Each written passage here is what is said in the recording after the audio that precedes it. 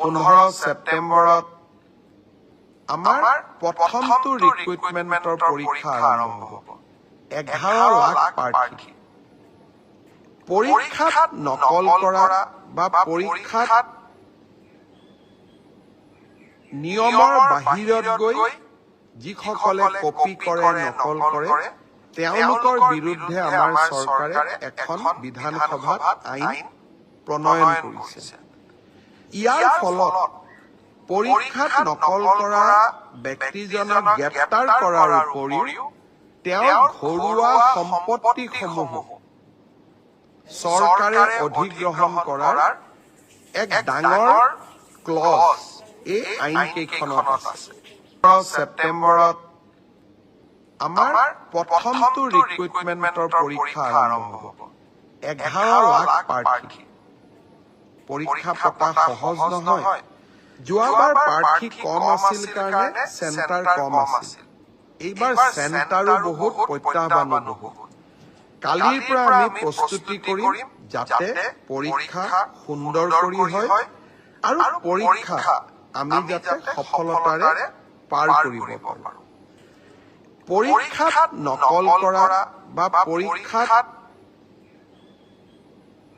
নিয়মৰ বাহিৰত গৈ যিসকলে কপি কৰে, নকল কৰে, তেওঁলোকৰ বিৰুদ্ধে আমাৰ চৰকাৰে এখন বিধানসভাত আইন প্ৰণয়ন কৰিছে।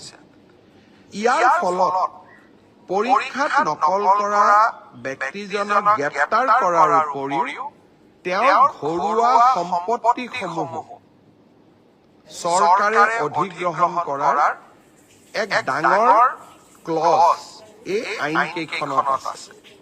2 এদিনৰ ভিতৰতে আমি এই আইনখনৰ বিষয়েও বহুল প্ৰচাৰ কৰিম। মই আশা কৰিম মেধাৰ ভিত্তিত নিযুক্তি। বহুতে কয় মোৰ মেৰিট আছে কাৰণে মই চাকৰি পালো। বহুত এতিয়া ফেশ্বনো এটা আছে যে আমি বিজেপিক কিয় ভোট দিব লাগে, আমিতো মেৰিট আছে কাৰণে চাকৰি পালো। মই এটাই কথা কওঁ, মেৰিট আৰু মেৰিটৰ ভিত্তিত পৰীক্ষা পাতা এই পংকিলতাৰে ভৰা সমাজত ইমান সহজ নহয়। এক প্ৰকাৰ অহা কালি পৰহিৰ পৰা আমাৰ অফিচাৰসকলে ৰাতিয়ে দিনে কাম কৰিব লাগিব যাতে 15 ছেপ্টেম্বৰৰ পৰীক্ষা নিকা হয়। কিন্তু আপোনালোকৰ সহায় সহযোগিতা বিচাৰি আমি কেইবাটাও টেলিফোন নম্বৰ দিম।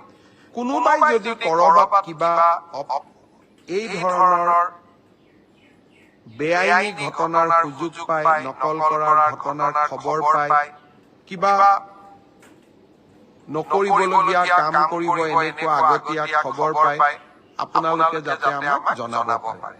15 ছেপ্টেম্বৰৰ পৰীক্ষাটো চৰকাৰে নহয়, অসমবাসীয়ে লগ লাগি আমি সুন্দৰ কৰি পালন কৰিব লাগিব।